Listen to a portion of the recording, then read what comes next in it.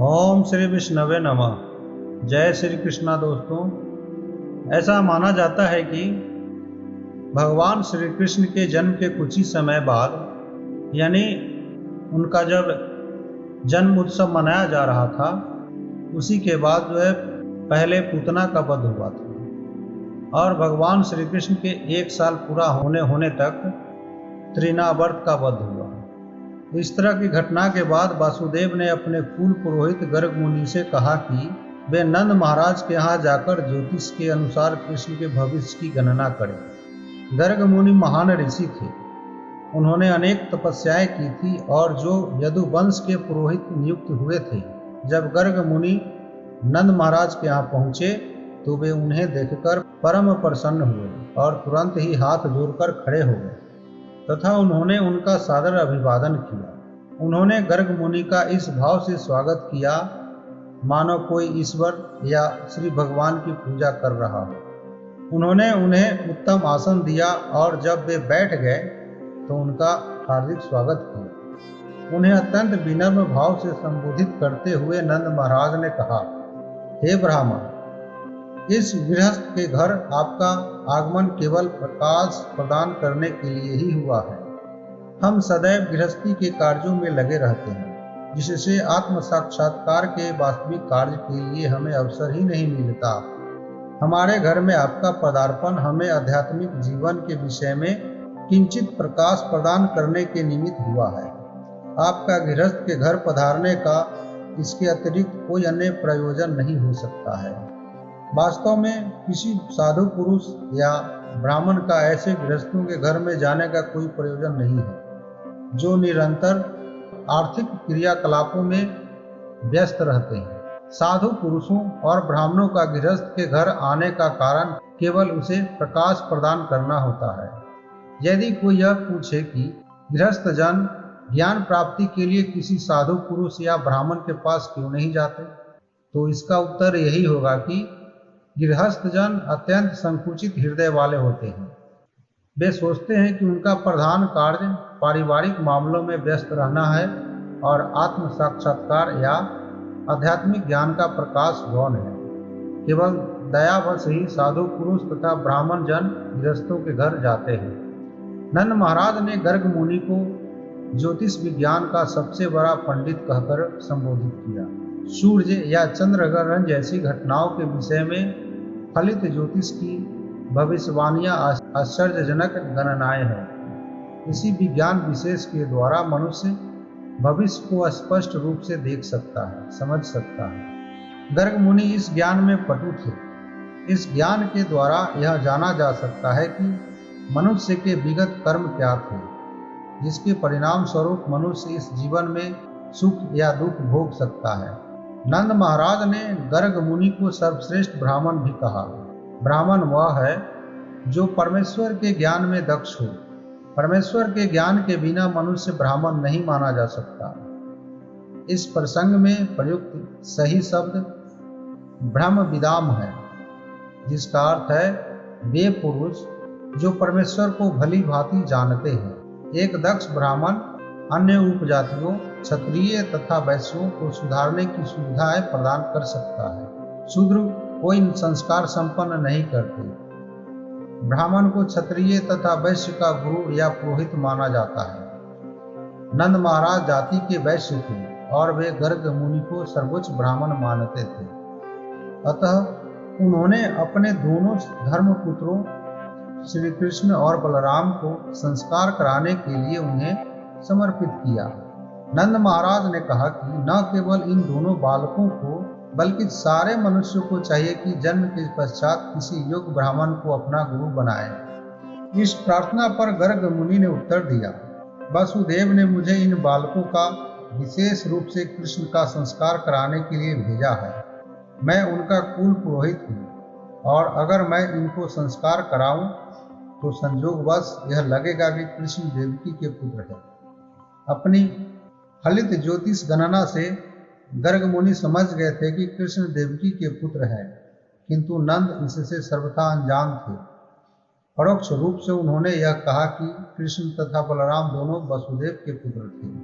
बलराम वासुदेव के पुत्र रूप में विख्यात थे।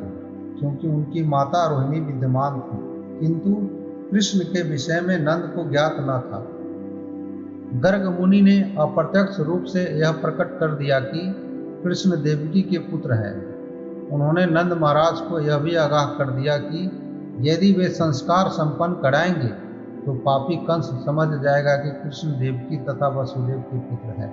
गणना के अनुसार देवकी के कन्या नहीं होनी चाहिए, किंतु प्रत्येक व्यक्ति यही कहता है कि देवकी की 8वीं संतान कन्या है। इस प्रकार गर्ग मुनि ने नंद महाराज को सूचित किया कि कृष्ण देवकी से उत्पन्न थे और वे परस्पर अदला बदली कर लिए गए थे। उस कन्या या दुर्गा ने भी कंस को सूचित किया था कि उसे मारने वाले बालक ने कहीं जन्म ले लिया है। गर्ग मुनि ने कहा, यदि मैं आपके पुत्र का नामकरण संस्कार करता हूँ और यदि वह उस कन्या द्वारा कंस के प्रति की गई आकाशवाणी को पूरा कर देता है तो संभव है कि वह पापी असुर आकर नामकरण के बाद इस बालक का भी वध कर दे। अतः मैं इन सभी भावी विपत्तियों का उत्तरदायी नहीं बनना चाहता। गर्ग मुनि के वचन सुनकर नंद महाराज बोले, यदि ऐसी आशंका है तो अच्छा होगा कि नामकरण संस्कार का भव्य आयोजन न किया जाए। आपके लिए यही श्रेयस्कर होगा कि आप केवल वैदिक मंत्रों का उच्चारण करके संस्कार संपन्न करा दें। हम द्विज हैं और मैं तो आपकी उपस्थिति का लाभ उठा रहा हूँ, अतः बिना धूम धड़ाका के नामकरण संस्कार संपन्न करा दें। नंद महाराज नामकरण संस्कार को गुप्त रखना चाहते थे, किंतु यह भी चाह रहे थे कि गर्ग मुनि यह संस्कार संपन्न करे। जब नंद महाराज ने इतनी उत्सुकता के साथ गर्ग मुनि से प्रार्थना की तो उन्होंने गुप्त रूप से नंद की गौशाला में नामकरण संस्कार संपन्न किया। उन्होंने नंद को बतलाया कि रोहिणी पुत्र बलराम अपने परिवार वालों तथा परिजनों के लिए अत्यंत मोहक होगा, अतः राम कहलाएगा। भविष्य में वह अद्वितीय बलशाली सिद्ध होगा, अतः बलराम कहलाएगा। गर्ग मुनि ने आगे बताया, क्योंकि आपके कुल तथा यदुकुल में घनिष्ठ संबंध है, अतः उस बालक का एक नाम संकर्षण भी होगा। इसका अर्थ यह हुआ कि गर्ग मुनि ने रोहिणी के पुत्र के 3 नाम रखे, बलराम, संकर्षण तथा बलदेव। उन्होंने चालाकी से यह बात प्रकट न होने दी कि बलराम भी देवकी के गर्भ में प्रकट हुए थे और बाद में उन्हें रोहिणी के गर्भ में स्थानांतरित किया गया था। कृष्ण तथा बलराम सगे भाई हैं और मूलतः देवकी के पुत्र हैं। तब गर्ग मुनि ने नंद महाराज को जानकारी दी, जहाँ तक आपके पुत्र का प्रश्न है, इस बालक ने विभिन्न युगों में विभिन्न शारीरिक रंग धारण किए हैं। सर्वप्रथम इसने श्वेत रंग धारण किया, फिर लाल, तब पीला और अब श्याम रंग धारण किया है। इसके अतिरिक्त यह पहले वसुदेव का पुत्र था, अतः इसका नाम वसुदेव तथा कृष्ण होना चाहिए। कुछ लोग इसे कृष्ण कहकर पुकारेंगे और कुछ वासुदेव कहकर। किंतु आपको एक बात जान लेनी चाहिए कि अपनी विभिन्न लीलाओं के कारण इस बालक के अन्य अनेक नाम तथा कार्यकलाप होते रहे हैं। गर्ग मुनि ने नंद महाराज से यह भी संकेत किया कि उनका पुत्र गिरिधारी भी कहलाएगा, क्योंकि यह गोवर्धन पर्वत उठाने का असाधारण कृत्य करेगा। चूंकि वे भूत तथा भविष्य के जानने वाले ज्योतिषी थे, अतः वे बोले, मैं इसके कार्यों तथा नाम के विषय में हर बात जानता हूँ, किंतु अन्य लोग नहीं जानते। यह बालक समस्त ग्वालों तथा गौवों को अत्यंत प्यारा होगा। वृंदावन में अत्यंत लोकप्रिय होने के कारण यह आपके लिए कल्याणकारी होगा।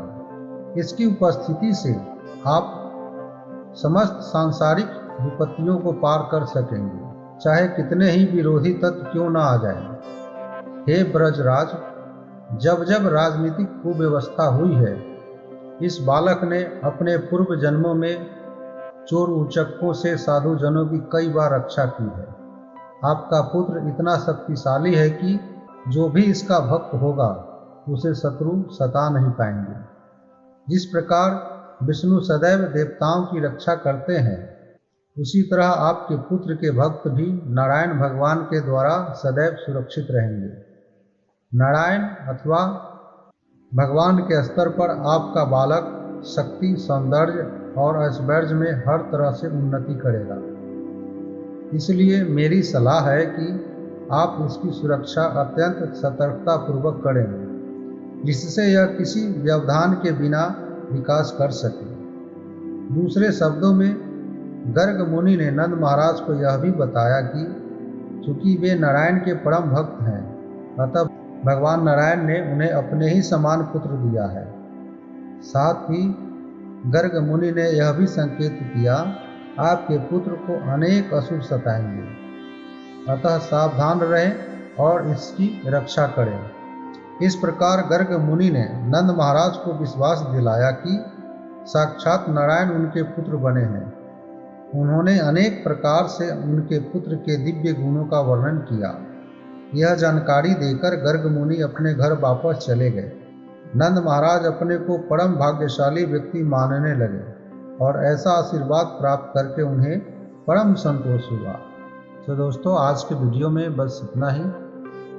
मिलते हैं अगले वीडियो में। जय श्री कृष्णा, जय श्री कृष्णा, नमस्कार।